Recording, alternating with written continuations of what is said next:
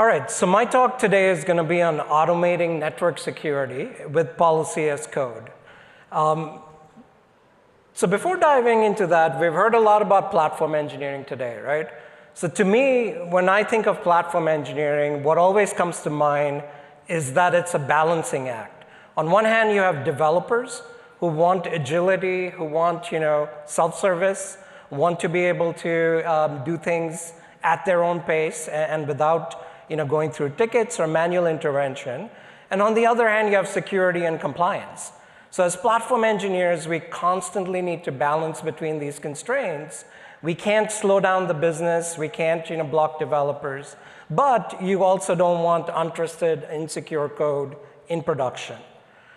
So the area we're going to focus on today is one of the important security aspects of Kubernetes, which is network policies.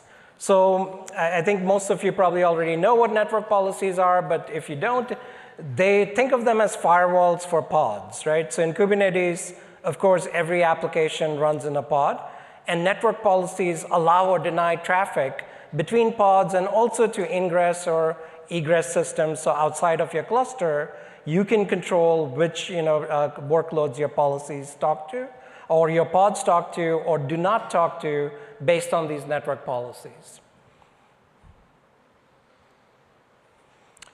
So what's the challenge with these in Kubernetes, right? So Kubernetes has many different roles. You have, of course, the platform team, your operations team. You have developers who want to deploy applications. You have security and compliance. Now, your platform team may want some default network policies based on your organizational standards. Developers want network policies for their applications. And then security might have certain rules on which applications should be able to talk to which endpoints. How do you manage all of these across these different concerns? And of course, doing it manually, reviewing network policies, making sure each one is configured correctly becomes a daunting challenge, right? So this is where policy as code can really help. And Kyverno is a policy engine which was created by Nirvana. It's part of CNCF now. It's an incubating project. It sits inside of every Kubernetes cluster, and it can help with some of this automation as well as validation and checks for what you do with network policies in Kubernetes. And we'll take a look at this in terms of even a live application. So let's talk a little bit more about Kyverno and why it applies over here, right? So Kyverno, think of it as just like in Kubernetes, you can describe through a declarative manifest or through some YAML any workload or any resource you want to run. Similarly, Kyverno can be used to describe a policy. So basically, rules or configuration for what you want to allow or what you want to block in your cluster. Kyverno can also do things like it can have reports, so self-service for developers. If you want to enforce some policies or if you want to just audit and let your users know about some things that they might need to fix in their workloads, you can do that through the reporting. Of course, wherever there's a policy, you're going to need exceptions. So you can also do some fine-grained exception management in your cluster. And you can, of course, deploy, manage all of this just like any other Kubernetes workload or resource, because everything here is Kubernetes native. The reporting, the policies, the exceptions, they're all internal Kubernetes resources managed through the API. So there's 5 policy types that Kyverno offers, and we're going to use at least 4 of these in the demo we'll go through. So first of all, you can validate, and you can either audit or enforce certain rules, right? So validation policy will sit inside of your control plane, will check every change that occurs in your cluster, and it can allow or deny that change to say, is this something that I should be allowing in my cluster? Is this compliant with my policies, whether it's for security reasons, operational reasons, other best practices? An image validating policy, like the name implies, also does validation, but on the image itself. So you can do some very interesting things like check if the image is signed, check if the image is coming from a trusted registry, check if the image is built with the right base layer from what we just saw earlier. You can even check the provenance of the image including which Docker file or which repo built it. So some very interesting checks you can do there for supply chain security. The mutating policy, like the name implies, will allow you to change things. So if you might be wanting to like insert secure defaults, or you might want, one of the things we'll look at is how can you automate some of the labeling best practices in your clusters for your developers itself. And then there's the generating policy, which we'll also see to allow you as a platform admin or as an operator to set some secure defaults and automatically generate configurations which are required. So this is really policy-based automation, which becomes very important as you want to scale across different user types in your system. And finally, there's the cleanup policy, because we all know that, of course, once you allocate a resource or some space to workloads, it's very hard to reclaim that, right? So with cleanup policies, you can even automate things like leases. You can have that on namespaces or on different workloads. You can check for orphaned resources and automatically delete those, so your cluster stays running well and is well tuned and doesn't have too much CRUD that develops over time. So here's an example of a Kyverno policy. I'm not going to, of course, walk through this in much detail, but just a few things to point out. Looks like a Kubernetes resource, has a spec. Once you deploy this policy, it will have a status. The policy language itself, Kyverno initially was using JMSPAT, but then recent releases, we've switched to Common Expressions language. If you're familiar with CEL or Common Expressions language, it's used very widely in Kubernetes now. Also, like for CRD validation, you can use it in other things like webhook definitions and declarations. So it has a growing set of use cases, including like validating admission policies and mutating admission policies, which are now part of Kubernetes. And I'll talk about how Kyverno compares to those next. Yeah, so Kubernetes, I think starting like 2 or 3 releases ago, started offering validating and mutating admission policies, which is great, right? So now you have the ability to set some rules and constraints directly in the API server. But typically, if you're defining policies for your cluster, you want these to apply not only to like incoming resources or new resources, but you also want them to apply to existing workloads, existing deployments which have been made in your cluster. So it's very important to think about policy management, and it's not just something that you should do in cluster, but also do off cluster. In addition to that, if you're running at scale, or if you're building a platform for developers, you will want reports, you will want exception management, and you will want other CLI tools, et cetera, to manage these policies.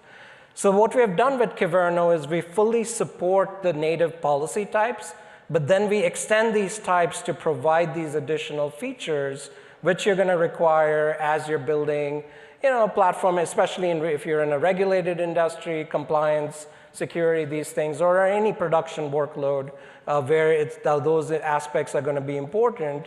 You're going to want to look at, of course, starting with a good foundation of policies, but then extending it with a tool like Kyverno to be able to manage that at scale in your pipeline as well as in your clusters.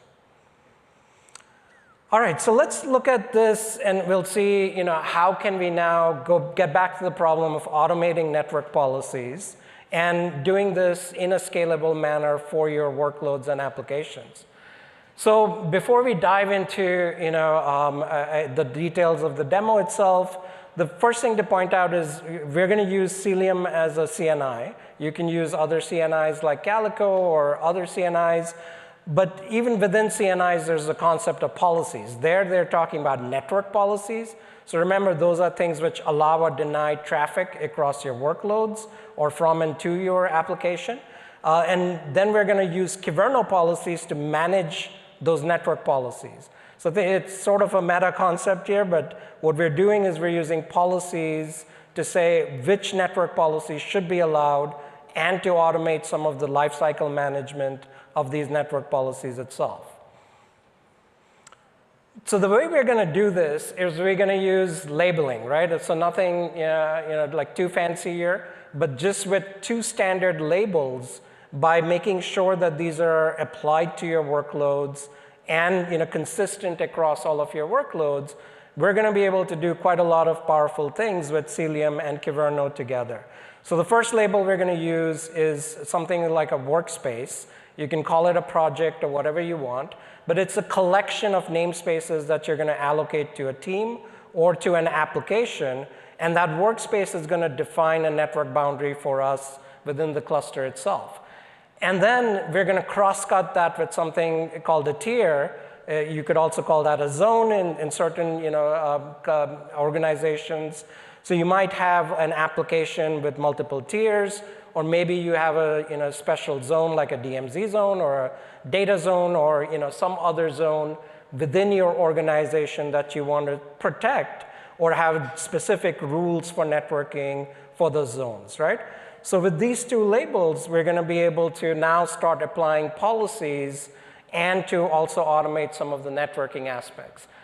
So there's about 8 different policies we're going to use, but out of these, 4 are just to generate different network policies, so they're not too complex. And then the other policies we're going to do are going to require these labels we just talked about and also help you add those labels automatically.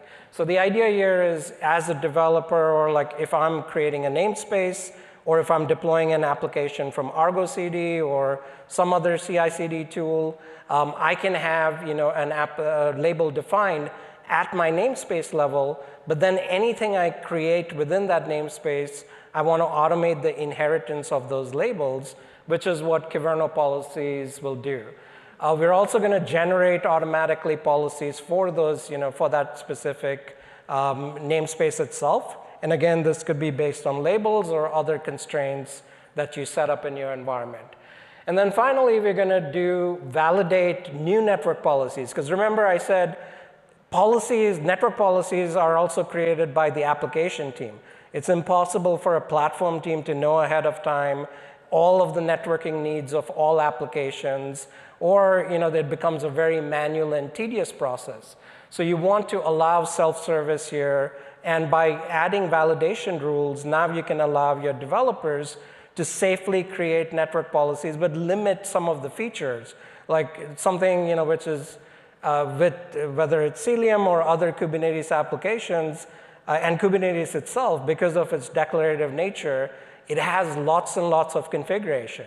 But typically, you want developers to just use a subset of that configuration, and that's what Kyverno is really good at doing. All right, so the way I'm just going to use the standard Kubernetes guestbook application for the demo. And the way this guestbook application, if you're familiar with it, it's got a simple web page, and where you can write an entry in your guestbook. And it has a backend tier which runs Redis and a few other components. So we're going to have a front-end tier and a back-end tier, and then we're going to put that into a workspace. But to make this a little bit more fun, if we have 2 workspaces, we want to make sure that traffic is isolated between them. Even if this is running in the same cluster, some of these pods may be on the same node. But because Kubernetes has network policies, and through the labeling scheme we defined, we can now segment traffic further and apply these rules, right? So that's what we're going to look at within the demo itself. So let me switch to that, and what we'll do is we'll quickly see how this works on an actual cluster. All right, so just the first thing if I do on my cluster, so I have Cilium already installed, so let's make sure it's running correctly. So we see all of the Cilium pods are running, and I also have Kyverno installed, so if I look at that,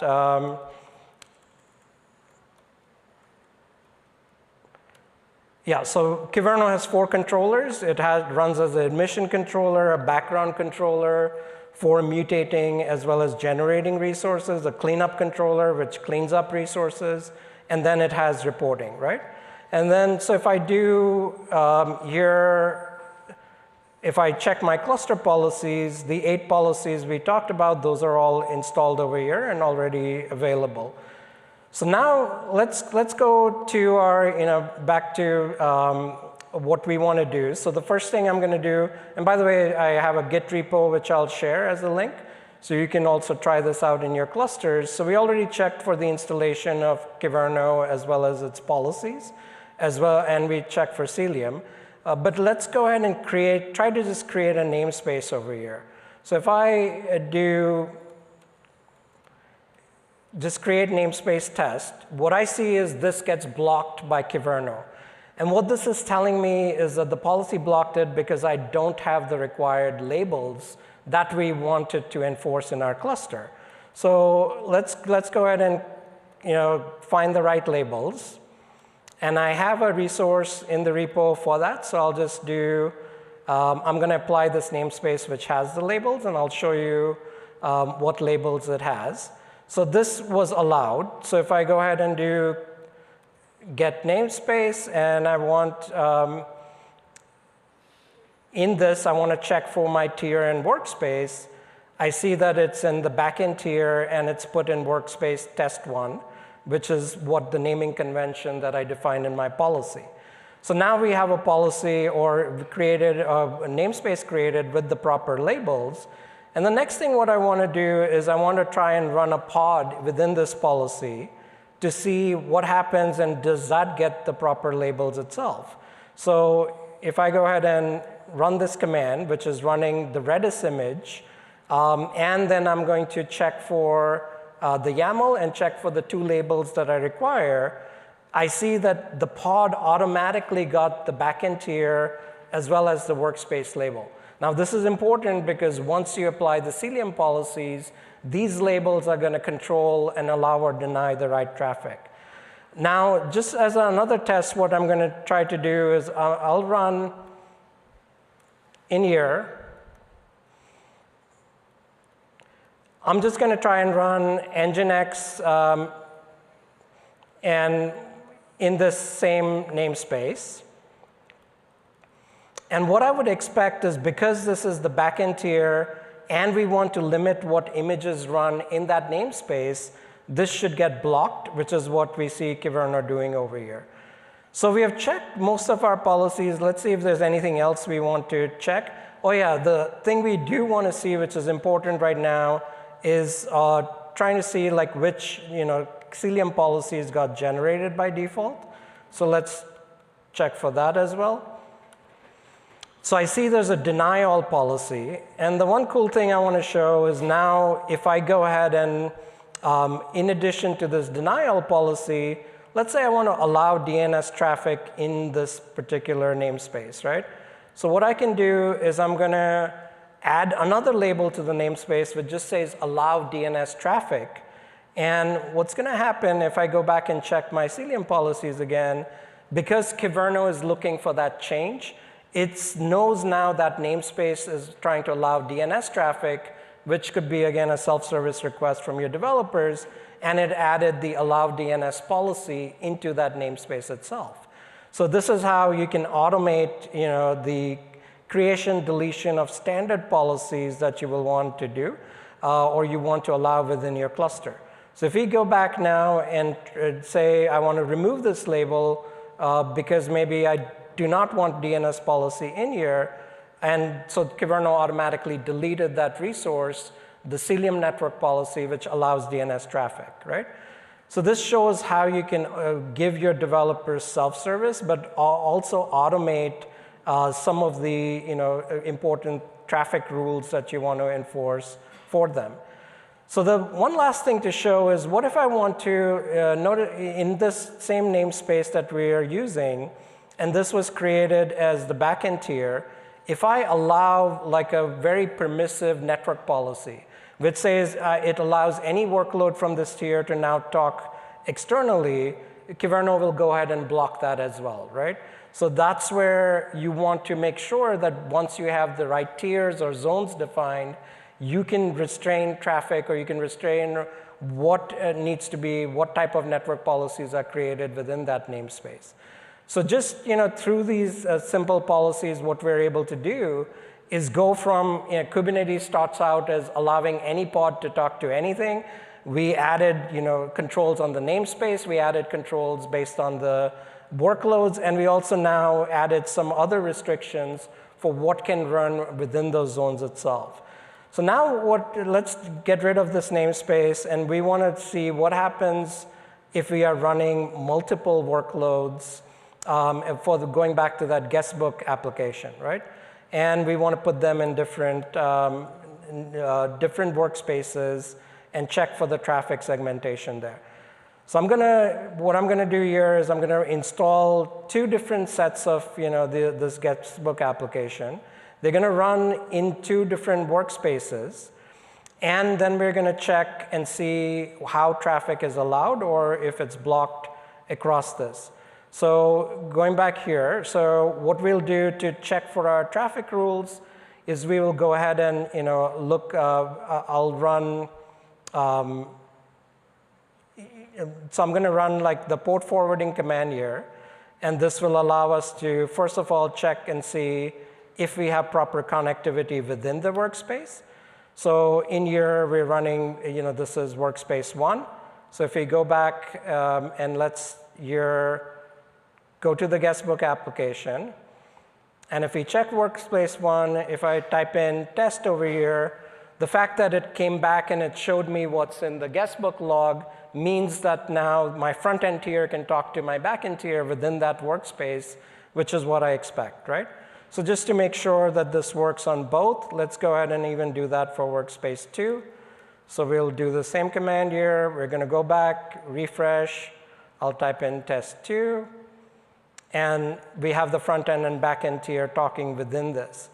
So, but what about across? So remember I said like what we want to do is we want to prevent traffic going across these 2 workspaces, even if the pods are running on the same node or are otherwise, obviously these 2 are both in the same cluster as well.